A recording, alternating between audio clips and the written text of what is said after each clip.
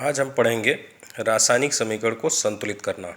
सबसे पहला प्रश्न ये है कि रासायनिक समीकरण को संतुलित क्यों करते हैं। इसका उत्तर है द्रव्यमान संरक्षण का नियम। क्या है द्रव्यमान संरक्षण का नियम? द्रव्यमान संरक्षण का नियम कहता है कि द्रव्यमान का न तो निर्माण किया जा सकता है और न ही विनाश किया जा सकता है। इसका अर्थ ये हुआ कि किसी रासायनिक अपक्रिया में अभिकारकों का कुल द्रव्यमान बनने वाले उत्पाद के कुल द्रव्यमान के बराबर होना चाहिए। यहाँ पर ये रासायनिक अपक्रिया लिखी गई है Fe plus H2O equal to Fe3O4 plus H2। तो अगर यह रासायनिक समीकरण द्रव्यमान संरक्षण के नियम का पालन करता है तो इसका अर्थ ये होगा कि इस रासायनिक अपक्रिया में Fe और H2O के कुल द्रव्यमान को जोड़ लिया जाए तो वो Fe3O4 और H2 के कुल द्रव्यमान के बराबर होगा। तो क्या ऐसा है? इसे जानने के लिए पहले हम चेक करते हैं। इस रासायनिक अपक्रिया में 3 तत्व हैं। एक है Fe यानी आयरन, H यानी हाइड्रोजन और O यानी ऑक्सीजन। तो इन तीनों तत्वों को क्रम से लिखकर इनके परमाणुओं की संख्या गिनते हैं, अभिकारक की तरफ कितने हैं और उत्पाद की तरफ कितने हैं। सबसे पहला आयरन यानी Fe। तो देखिए Fe का अभिकारक की तरफ 1 परमाणु है और उत्पाद की तरफ 3 परमाणु है। दूसरा है हाइड्रोजन।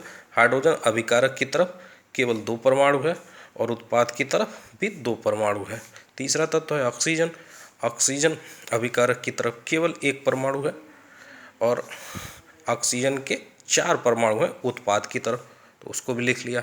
अब इन तीनों तत्वों के परमाणु की संख्या को अगर आप देखें अभिकारक और उत्पाद की तरफ, तो आयरन और ऑक्सीजन ये 2 तत्व ऐसे हैं जिनके परमाणु की संख्या अभिकारक और उत्पाद की तरफ बराबर नहीं है। ये 1 है, ये 3 है, ये बराबर नहीं है। इसी तरह से ये 1 है और ये 4 है, बराबर नहीं है। केवल हाइड्रोजन ही एक ऐसा तत्व है जिसके परमाणु की संख्या अभिकारक और उत्पाद दोनों तरफ बराबर है। इधर भी 2 है, इधर भी 2 है। परंतु द्रव्यमान संरक्षण के नियम का पालन करने के लिए आयरन, हाइड्रोजन, ऑक्सीजन तीनों तत्वों के परमाणु की संख्या अभिकारक की तरफ भी उतनी होनी चाहिए जितनी कि उत्पाद की तरफ। लेकिन यहाँ पर यह स्थिति नहीं है, इसलिए हम कह सकते हैं कि यह समीकरण असंतुलित है। अब हम रासायनिक समीकरण को संतुलित करने की विधि देखेंगे। रासायनिक समीकरण को संतुलित करने की विधि हिट एंड ट्रायल विधि कहलाती है। यही विधि सामान्य तौर पर प्रचलित है। सबसे पहले समीकरण को फिर से लिख लिया हमने। आयरन यानी Fe धन H2O equal to Fe3O4 plus H2। सबसे पहला काम जो करते हैं समीकरण को संतुलित करने के लिए वो ये करते हैं कि इन सभी यौगिकों के चारों तरफ एक एक घेरा बना लेते हैं। ये घेरा एक तरह से लक्ष्मण रेखा की तरह है। इसका अर्थ ये है कि इस घेरे के अंदर हम कोई परिवर्तन नहीं करेंगे, जो भी परिवर्तन करेंगे इस घेरे के बाहर करेंगे। ऐसा करने से एक फ़ायदा ये होगा कि हम रासायनिक समीकरण को संतुलित करते समय कोई भी गलती नहीं करेंगे।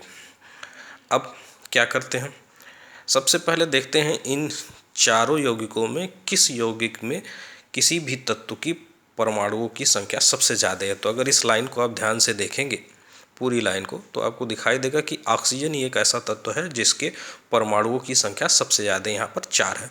तो इसी यौगिक को लेंगे समीकरण को संतुलित करने के लिए। तो इसमें 2 तत्व हैं, आयरन है, ऑक्सीजन है, तो पहले ऑक्सीजन को ही ले लेते हैं। इधर ऑक्सीजन 4 है और आप अभिकारक की तरफ देखिए तो यहाँ पे ऑक्सीजन केवल 1 है।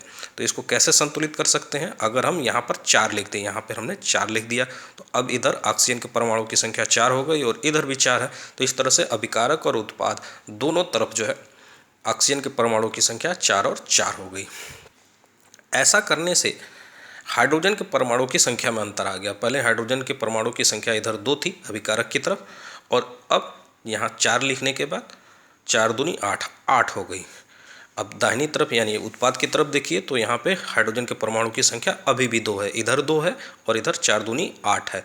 इसको कैसे बराबर करें? यहाँ पर अगर हम 4 लिख दें, देखिए यहाँ पर 4 लिख दिया तो ये 4 दूनी 8 हाइड्रोजन परमाणु हो गए, और इधर भी यानी अभिकारक की तरफ भी 8 हाइड्रोजन परमाणु हैं। तो इस तरह से अब हाइड्रोजन के परमाणु की संख्या भी संतुलित हो गई। तो हमने 2 तत्व संतुलित कर लिए, एक हाइड्रोजन और एक ऑक्सीजन। बच क्या गया? आयरन। आयरन को देखिए, यहाँ पे आयरन के 3 परमाणु हैं, इधर 1 परमाणु है, अभिकारक की तरफ 1 और उत्पाद की तरफ 3।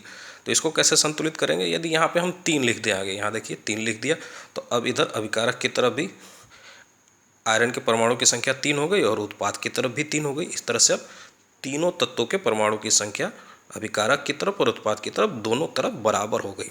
इसको फिर से एक बार चेक कर लेते हैं। यहाँ देखिए आयरन 3 है, इधर भी आयरन 3 है, इधर देखिए ऑक्सीजन 4 है अभिकारक की तरफ और इधर उत्पाद की तरफ भी 4 है। हाइड्रोजन देखिए 4 दूनी 8 है और इधर भी 4 दूनी 8 है। इस तरह से हमारा ये रासायनिक समीकरण संतुलित हो गया। इसे हम फ्रेश ढंग से लिख सकते हैं 3Fe + 4H2O = Fe3O4 + 4H2। इस तरह से हमारा रासायनिक समीकरण संतुलित हो गया।